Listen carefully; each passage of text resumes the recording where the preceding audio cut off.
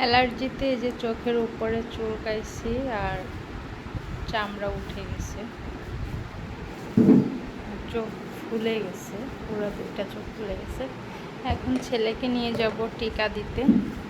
তো এদিকে যে অল্প একটু ভাত নিচ্ছি আর ডাল নিচ্ছি আর একটা ডিম পোস্ট করে নিচ্ছি, ওইটা এখন তুলে নিই।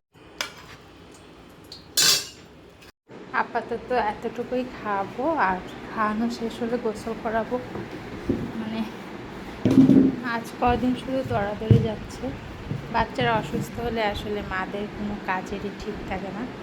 আর এখানে হচ্ছে কলমি শাক, এটা আগের ছিল, এটা গতকালকে আনা হয়েছে। সবগুলো এসে পেয়েছে, শুধু এই শাকটাই ভাজি করবো আজকে।